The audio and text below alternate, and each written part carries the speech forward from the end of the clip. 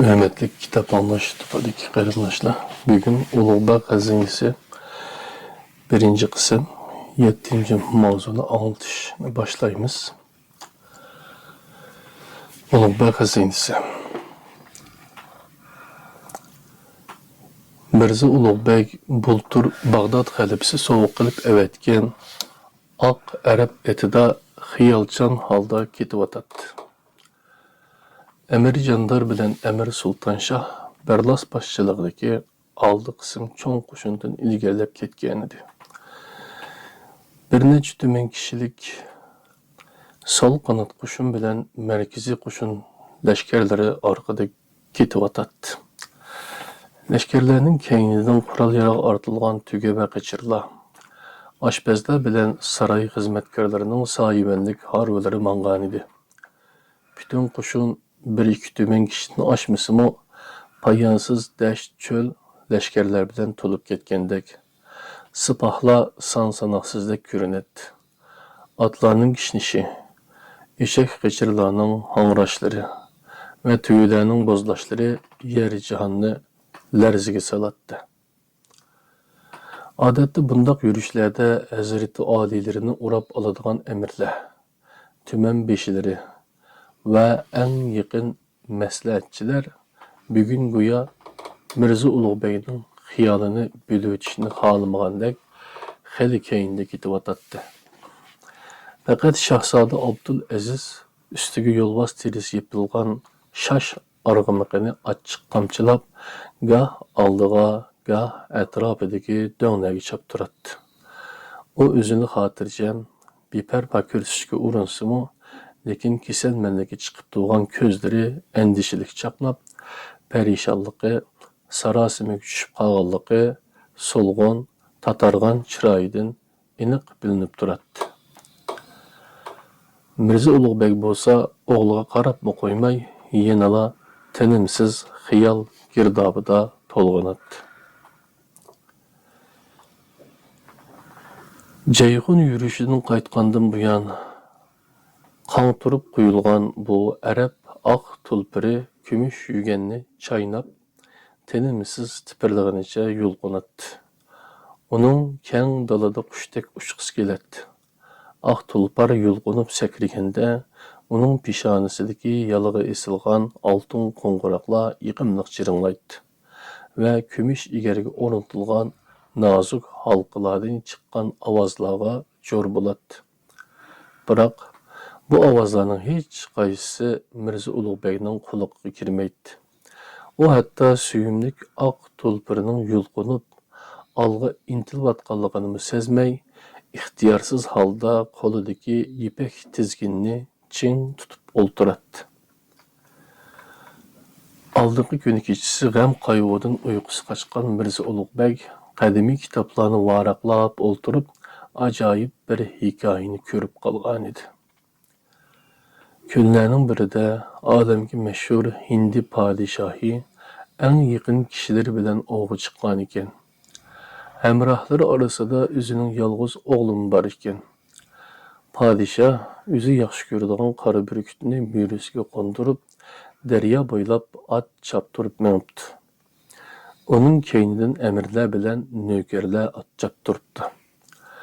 Podshohning yiroqlab ketayotganligini ko'rgan nökerlardan biri: "Podshoh olam, to'xtang, bu yer xatarlik, qumishliqda yo'lbos bor", deb vaqirabdi. Lekin podshoh onun gapiga quloq solmay, arg'imiqini rosa qamchilab, qumishliqda at choptirib ketaveribdi. Bir hazodan keyin at tuyoqlari ostidan ikki kul rang tulki chiqib qochibdi.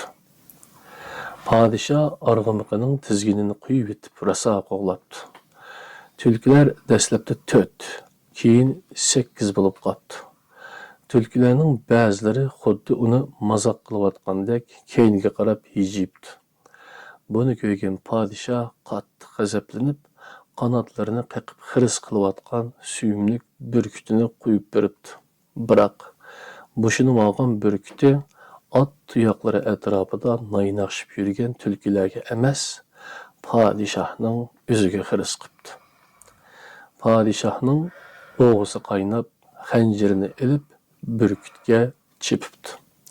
Lekin Bürküt o'zini yonga ilib, uning o'ng ko'zini cho'g'iyapti-da, sol ko'ziga changal solmoqchi bo'pti. Podsho varqiragan peti sing'ar ko'zi bilan shunda qarag'udek bo'lsa, qora Bürküt emas, qora to'n kiyib, qora Bürküt qiyofatiga kirib olgan o'z o'g'li ekan. Mana 2 kun bo'ldi. Bu hikoya uning xiyolidan neri ketmadi. U hozirmi shu hikoyani eslab ketyotdi. Nima uchundir buningdan chorak asr ilgari Qipchoq xoni Barakxon uningga qarshi bosh ko'tarib chiqqanda ko'rgan yomon bir tushi to'satdan esiga keldi. Uning bu tushi Sayhun bo'ylarida bo'lgan Yassi va Sig'noq shaharlarini qo'g'dash jangida amaliyotga aylangan edi. Mana shu tushni ko'rganiga salkam chorak asr bo'ldi. Lekin u ta hozirgacha esidan chiqmaydi. Yeshi 15ga to'lmayla Mavara Ünnahar taxtiga o'ltirgan Mirza Ulug'bek Yassi shahrida Xo'ja Ahmad Yassaviy maqbarasi ustida o'ynab yurgan ekan. To'g'risini aytganda, u yerginishli xotini Og'a begimdan qochib maqbara ustiga chiqib olgan ekan. Jungu yipikidan to'n kiygan, quloqlariga yo'g'on hindi halqasi esib olgan, bilekleriga oltindan yasalgan Bag'dod bilezigi selib olgan, burni buchuq, badbashira Og'a begim Mirza Ulug'bekni qo'g'lab kelib, maqbara ustiga chiqibdi va Mirza Ulug'bekning peshiga esilib, uni zina qilishga qistabdi. Mirza Ulug'bek bo'lsa, o'zini havoring gumbaz ustidan yerga etibdi. Biroq u yerga qilib tushmay, qanot chiqarib qushdek uchib ketibdi. Og'a begim bo'lsa, kalxatga aylanib, uni yana qo'g'labdi. Mirza Ulug'bek Yassi bog'lariga qarab uchibdi. Lekin kalxat qiyofatiga kirgan Og'a begim darhol bog' ustida paydo bo'ldi. Mirza Ulug'bek uningdan qochib, yana havorang gumbaz ustiga qo'nibdi. Dal shu chaqda maqbara o'ttirisidagi Xo'ja Ahmad Yassaviy qabrisi yerilib, ichidan soqollari ko'ksiga tushib turgan salobatlik bir odam chiqibdi. Bu odamni Ahmad Yassaviy deb o'ylagan Mirza Ulug'bek pak ruhlari jannat gulshanida xushal bo'lg'ay debdi va ehtirom bilan salom berib uchib ketmoqchi bo'ldi. Dal shu paytda qabrdan buvisi Amir Temurning qo'pol ovozi anglandi. "Hey shahzoda Valiahdam Muhammad Darag'ay, nega qochmoqchisan? To'xta!"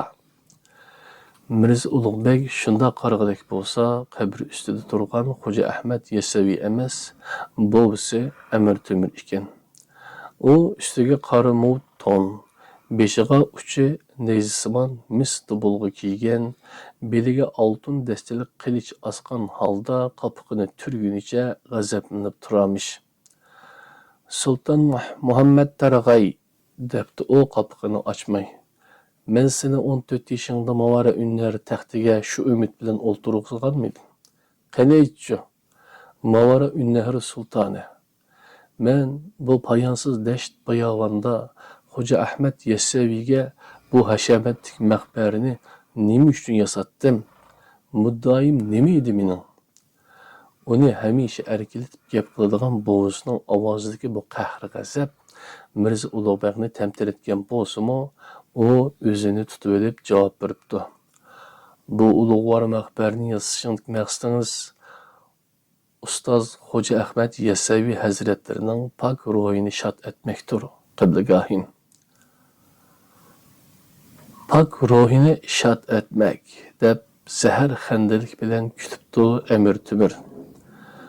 "Bu maqbarani yasatmoqdan muddaim shulki, birinchidan qora xalqni, ikkinchidan oltin ordu bilan qalmoq va dashti qipchoq xoqonlarini titratmak. Quturg'ur qora xalq bu ulug'bor maqbarani ko'rib vahimaga tushsin. Kecha kunduz tiz bukib tavob qilsin. Ko'ni raqiblarim bo'lgan Oltin Ordu bilan Qalmoq xaqanlari mening chegaram mushu haybatlik maqbar ekanligini bilib, orqasiga qaysun va bu yerdan besib o'tishdan qo'rqsin deb barpo qilgan edim buni. Astagfirullah.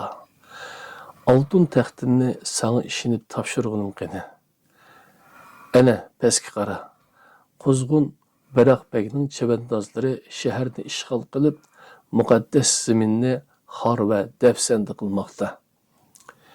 Titrak bosgan bo'g'zining qiyshiq ko'zlaridan o'tlar chaqnab, shahzodaga imo qilibdi. Mirza Ulug'bek shundoq qarg'udek bo'lsa, shahar ko'chalarida ikki tarafi rasti mahalla kentlarda qalmoq chiray chavandozlar yasamon agri qilishlarni o'ynatgan yasavullah cho'qon so'ran ko'tarishganicha ot silib yuramish. O'ylarga o't qo'yayotganmish.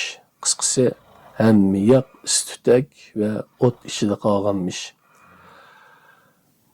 Mavari Ünnehir o't ichida qoldi deb vaqirabdi bo'lsa. Sen bo'lsang uyassiz xotining bilan bu mazar ustida or-nomusni bilmay sharmandil o'ynashib yurishsan. Bilib qo'yingki, bu tajni beshingga men qo'ndirgan. Yana men ilib tashlayman. Ya bu badbaxtlarni zamindan qo'g'lab chiqarasan, ya bu tajimni qaytirib berasan. Amir Temur g'azab bilan uningga etilibdi. Mirza Ulug'bek qattiq o'diqib keyniga inibdi. Tushkurib dal mush yerga kelganda Mirza Ulug'bek xuddi to'saqqa tushib ketayotgandek bo'lib uyg'onib ketdi.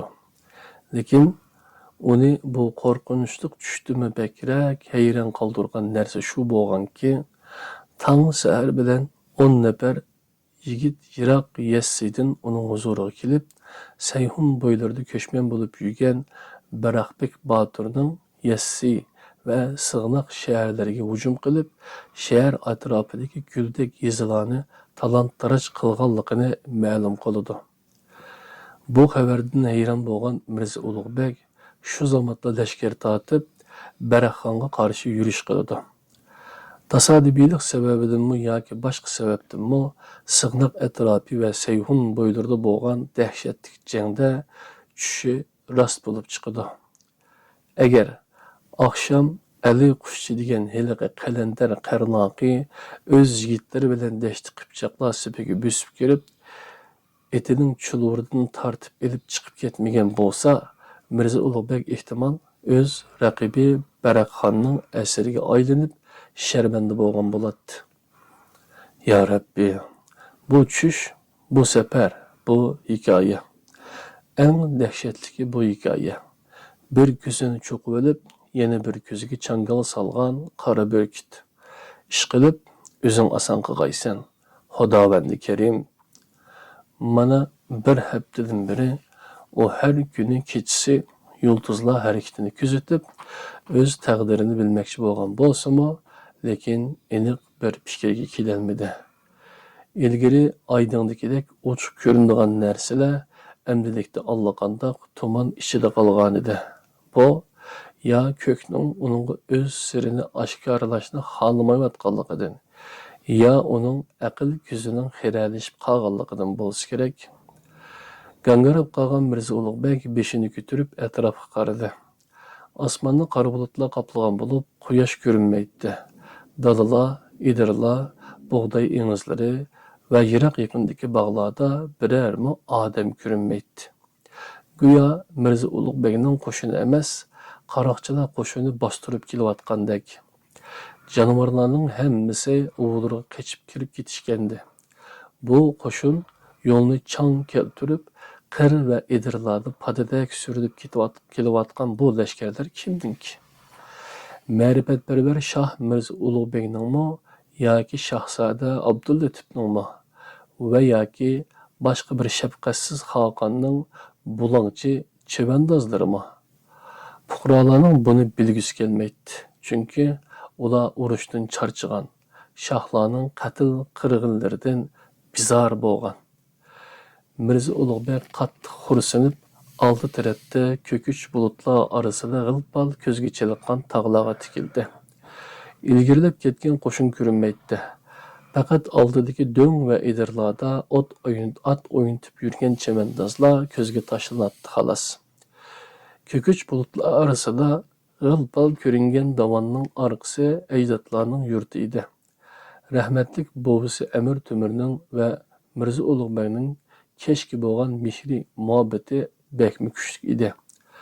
Chunki kechda Amir Temurning farmoni bilan barpo qilingan Oqsaroy maqbarasida Barlas urug'idan bo'lgan esil zodilarning qabrlari bor edi.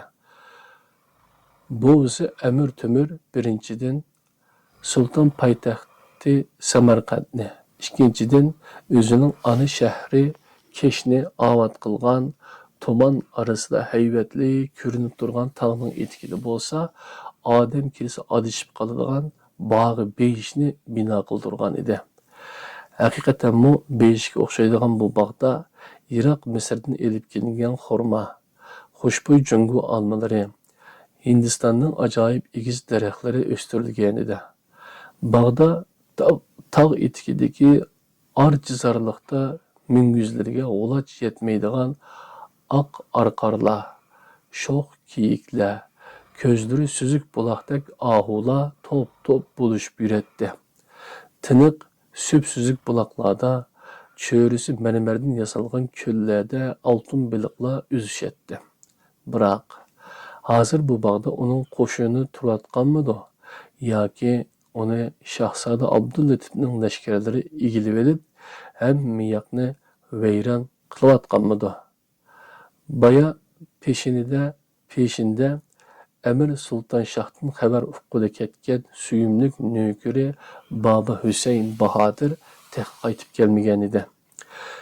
Kimdir birisi orqasidan kelib, uning tizig'iga qo'lini qo'ydi. Ulug' shohim, apu qilg'aylar, qo'nmoq kerak. Namoz asr qazo bo'lib ketadi. Kun o'ltirgan bo'lsa kerak, atrof qorong'ulashib qolgan va havo salqinlab, yana oqshomga o'xshash badanni tilg'udek sovuq shamol chiqishga boshlagan edi. Mirza Ulug'bekning nazari Shahzoda Abdulazizga tushdi. Baya at o'ynatib yurgan Shahzoda endi qama yaqiliq so'sar juvusiga urinib, at ustida dugduyib o'ltiradi. U azaldan shundoq. Birdamdila xushalligida qin-qiniga sig'may yayrab ketsa, birdamdila g'am andishiga cho'mib, Majnun sifat bo'lib qoladi. Saroyvan qani, dedi Mirza Ulug'bek o'g'liga. To'xtashga farmon ber. Birdamdan keyin orqa tarafda do'mboq ovozi yangradi. Lashkarlar cho'ng yo'lning ikki tarafidagi tuzdanlikda to'xtadi. Ondan yuzdan bo'lingan qo'shin joy-joylarga taqab, gulxon yiqib, tomoq ichishga kirishdi. Havoda tezak va shivoq puroqlari tarqab, sovuq shamolni sal-pal bosqandek bo'ldi. Shoh oliylarining 100 kishilik ipak chediri yo'lning so'l tarafidagi Qaroqchi to'pa degan do'ngning etigiga joylashdi. Uning sal tuvan tarafiga saroy xizmatchilarining chedirlari tikildi. Oshpazlar o't qalab, neyzedek uzun zixlarga qo'zilarni бүтін o'tkazib, kavob pishirishga boshladi. Odatda bundoq yurishlarda oqshimi barcha amaldorlar, beylar, sarkardalar va boshqa katta amaldorlar shoh oliylarining 100 kishilik ipak chedirga taklif qilinadi. Oshpazlar dasturxonlarni eng yaxshi taomlar bilan to'ldiradi. Oltin qadah va ko'zalarda may ham qimiz ichiladi. Ba'zida nag'machilar va usulchilar taklif qilinib, bazma uyushtiriladi. Lekin hozir Mirza Ulug'bekka hech nima xo'sh yoqmaydi. U namoz asrdan keyin yolg'iz Shayxul Islom Burhoniddin hazratlarini tomoqqa taklif qilib, Shayxul Islom Burhoniddin 40 yoshlarga berib qolgan, chas soqollariga bir talma oq kirmagan, qaramoqqa ojizdek ko'rinsimi, xeli iqtidorli odam edi. U otasi Shayxul Islom Hisomiddindek dono ham bilimlik zotlardan bo'lmasa-mu, har holda Mirza Ulug'bek tarafda turib, uni mutaassib shayxlarning fitna ig'volaridan qo'g'dab kelgan edi. Şeyhul İslam Burhaniddin beli üstüge selingan gilemni yenik dessep törgü öttü.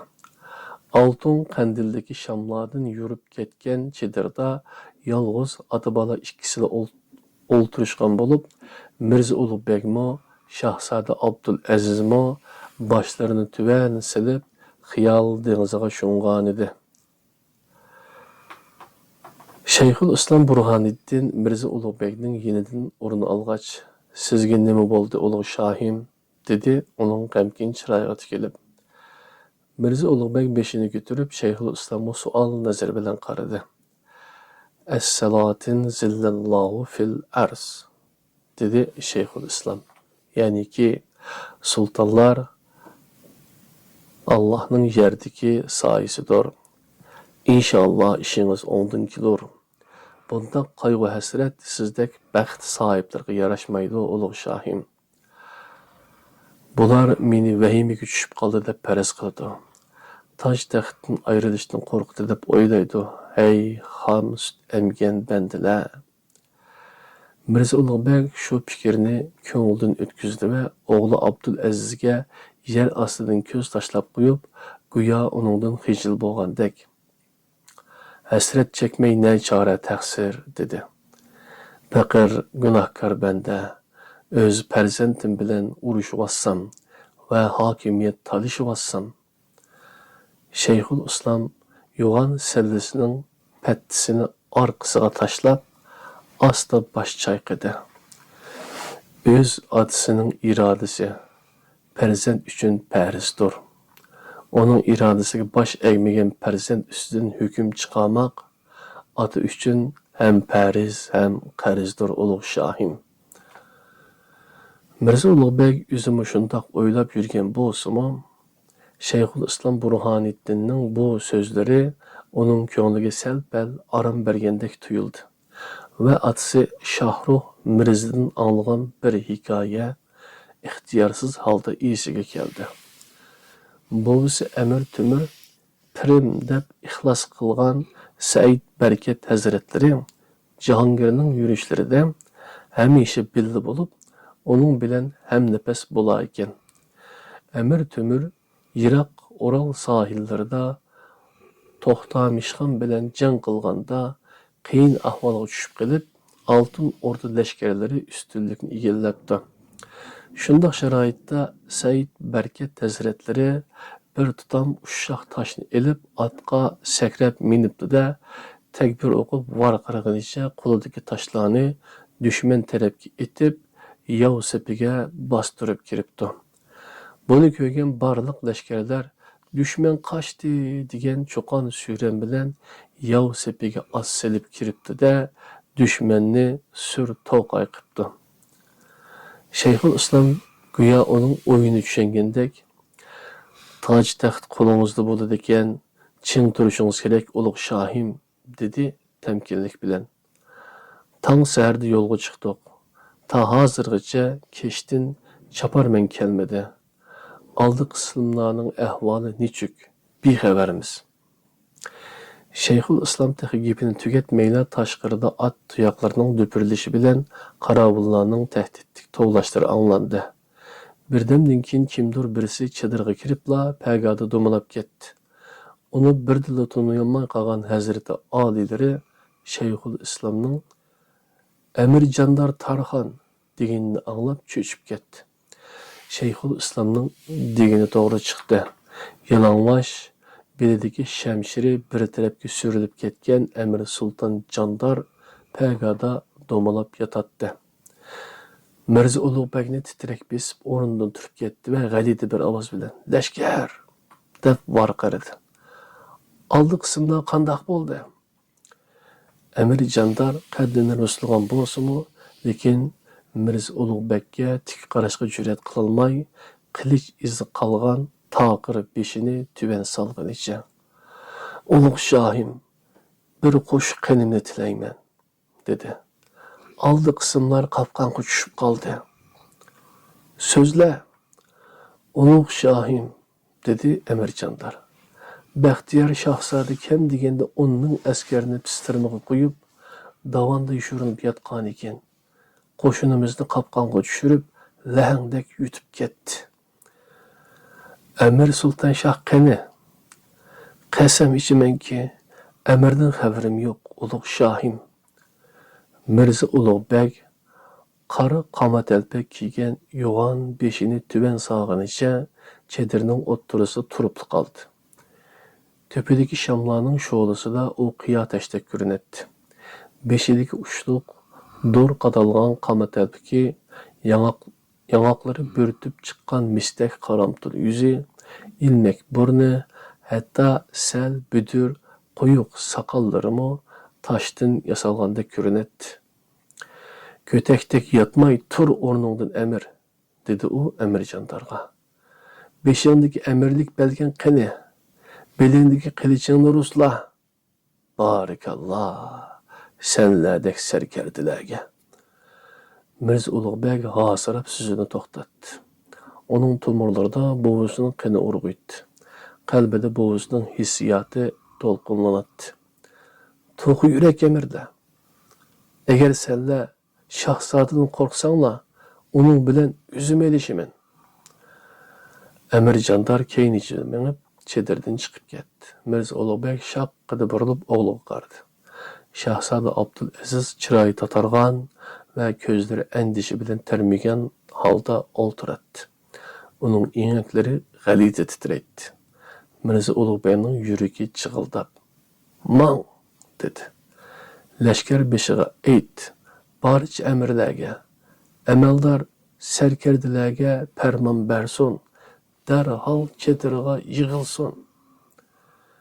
Mirza Ulug'bek o'z o'rniga berib o'ltirdi. U yanada titraydi. Uning ko'zlarining chaqnashidan, burnining lipildashlaridan ajoyib bir qat'iylik va g'azablanganligi chiqib turadi. Shayxul Islom Burhoniddin asta engishib, uning tiziga qo'lini qo'ydi. Hazrati oliylari nima qilish qaroriga keldikin? Urushish, dedi Mirza Ulug'bek keskinlik bilan. İnşallah işiniz o'ng bo'lg'ay, dedi Shayxul Islom. Ammo faqir ojiz bandaning maslahati shudir kim, bir ikki tuman lashkarni ishonchlik amirlarga topshirib, qolgan lashkarlar bilan Samarqandga qaytmoq lozim. Qal'a mustahkam, fuqarolar sizga sodiq, ulug' shohim. Mirza Ulug'bek miyiqida kulimsirab qo'ydi. Kimlarni ishonchlik amirlar degili bo'lur? Amir Sultan Shahba, Amirjondor ba, ulug' shohim. Yana-ku o'ylab ko'rmak lozim. Bu masala faqir, ojiz bandaning kira sizga ayondir, ulug' shohim. Mirza Ulug'bek lam jim demedi. Sel o'tgandan keyin chedirg'a lashkarlar boshliqlari, tuman beshi va hazar sarkardileri, saroy mahramlari bir-birlab kirib kelishdi.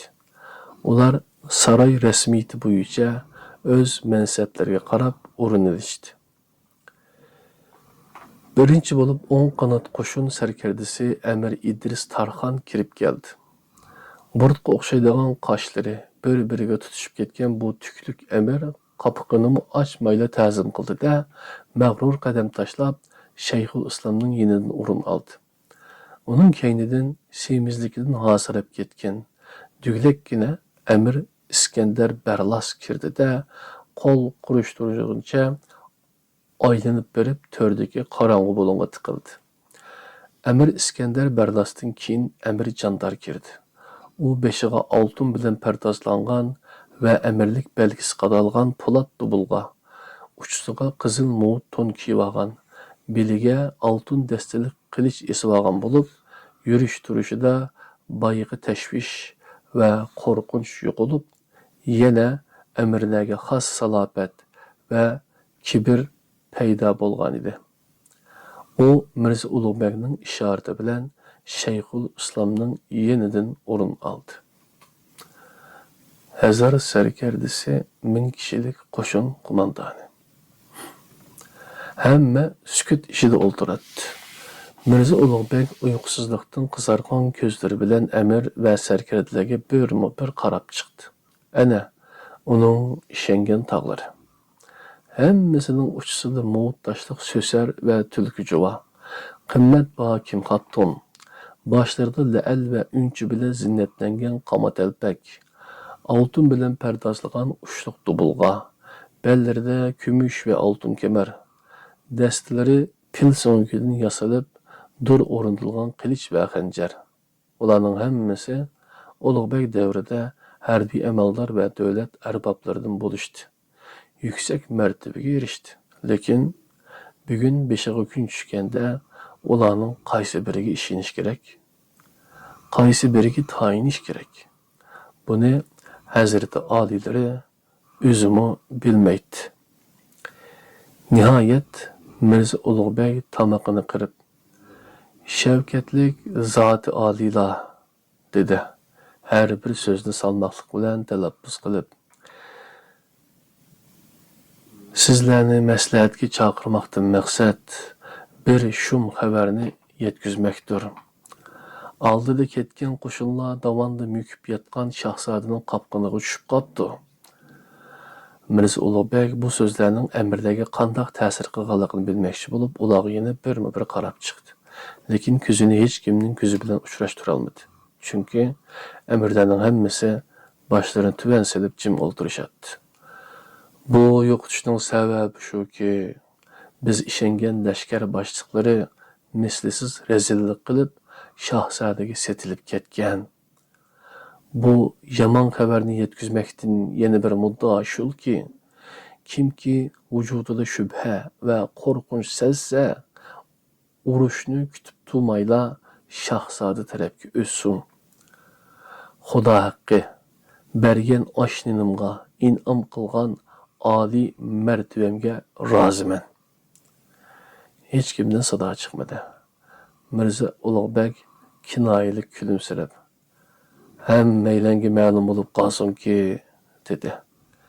Shahzoda Abdullatifning lashkari 40 mingdan oshadi. Amir jandarning g'alati pushildab nafas ilayotganligini sezgan Mirza Ulug'bek shaqqida burilib unga qaradi. "Amir jandar, siz qanday maslahat berisizkin?"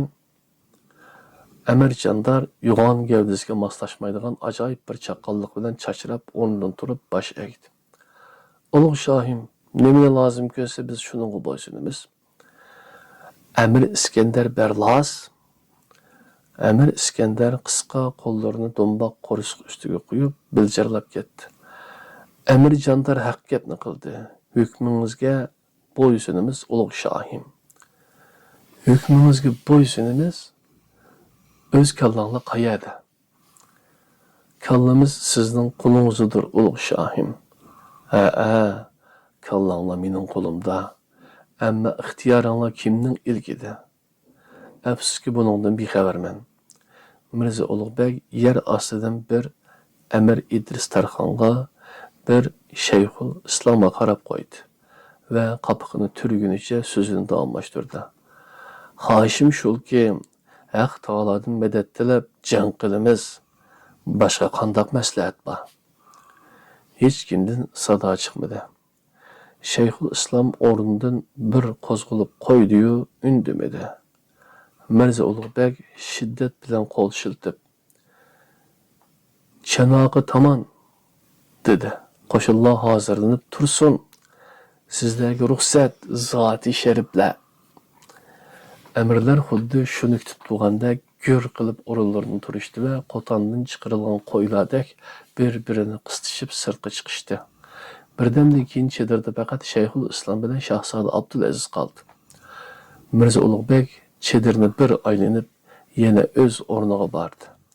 U taxa o'ltirmayla ot tuyoqlarining do'pirlagan ovozini eshitib, ko'rpa ustida to'xtadi. Chedirga Bobo Husayn Bahodir kirib keldi-da, pagoda tizilib sajdaga bosh qo'ydi. U tizlanganda chavandozlik kiyimining halqalari va etikiga tekkan qilichi sharaqlab ketdi. Uning beshidagi dubulg'isi bir tarafga qiysoygan edi. Suzunchoq, qop-qora burus soqol bosgan, ko'pchigan yuzi qora terga cho'milgan bo'lib, o'zi hosirab, cho'ng nafas oladi. Mirza Ulug'bek bir chamtopla suyumlik nökürünün qishqa keldi. Xo'sh, so'zla. Qudratli shohim oldi qismlarni Shahzodaning damiga tushirgan Amir Sulton Shah Tarxonni ikki o'g'li bilan qo'lga tushirdik. Qani, yo'lda kelyotdi. Qaçmoqchi bo'layotganda tutib oldik. Amir qattiq yaralangan. Mirza Ulug'bek mana ifloslarning oqibati degandek qilib o'g'liga qaradi. Sultan Shah Tarxon Amir İbrahim Begning qaynog'asi, Shahzoda qatl qilgan Begning tog'isi edi. Shahzoda Abdul Aziz otasining g'azabli qarashlaridan tipirlab gap topolmay qoldi. Mirza Ulug'bek o'xtatib, suyumlik nökerining harg'in chiroyiga tikildi. Xo'p, Amirni qo'lga tushiribsan. Onunğa ölüm cezası berimiz. Lekin bunun nima foydasi? Zor qo'shin baribir qopqonga tushdi. Endi nima qilmoq kerak? Deb baqchi Baba Hüseyin.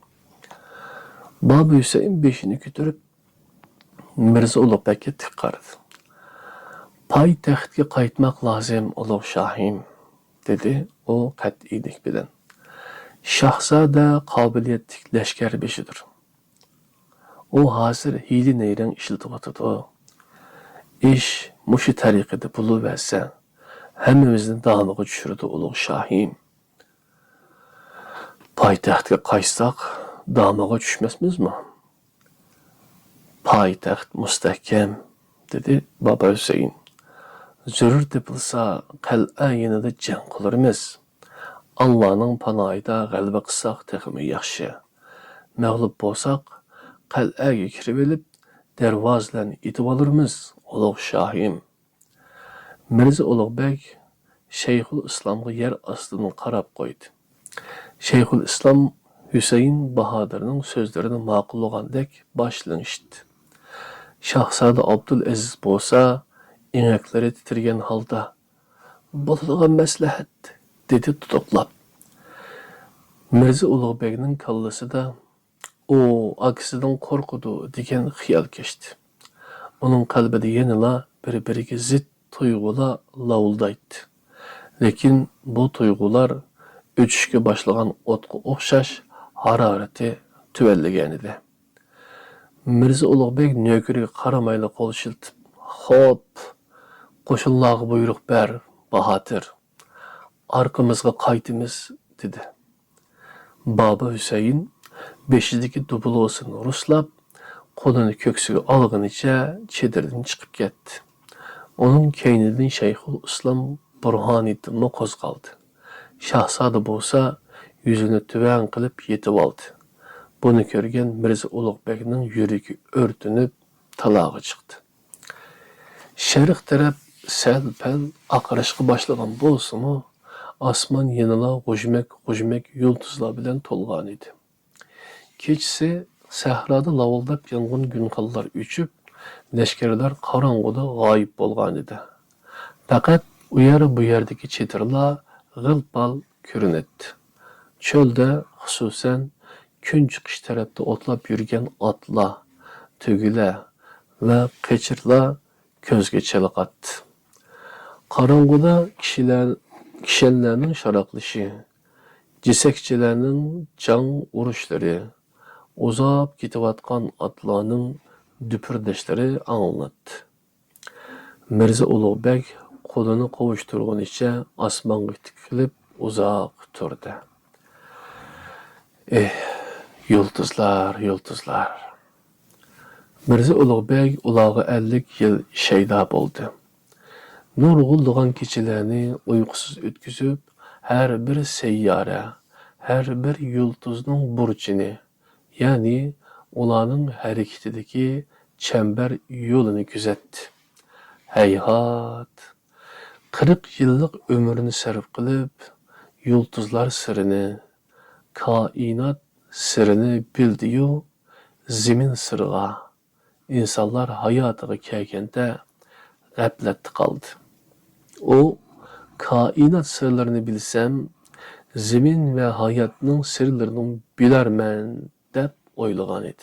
Biroq iş onun oylagandek bo'lmadi.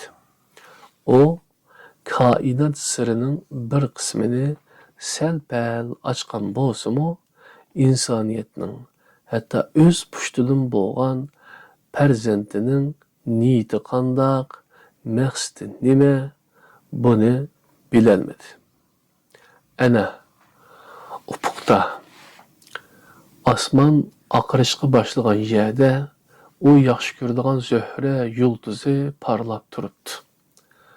Uningdan yuqoriroqda sal nerida mushtiri solg'un yaltirmoqda.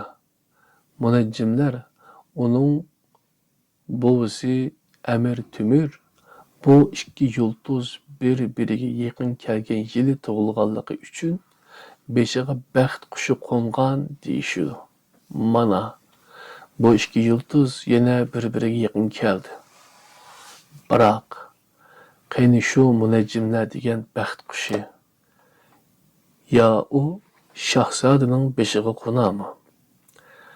Mirza Ulug'bekning xiyolini Nag'ri Kanoylarning nari suralari bo'lib o'tdi. Yurishga boshlagan dashti cho'lda ot choptirib yurgan odamlar ko'rindi.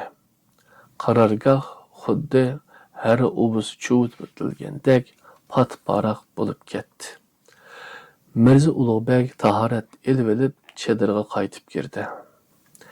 Sal o'tgandan keyin hozirlangan qo'shin orqasiga poytaxt Samarqandga qarab yo'l oldi. Hurmatli kitob o'quvchilar, bugungi o'qishimiz shu yerda tugadi. 8-mavzuni kelar soatda tingshaymiz. Rahmat.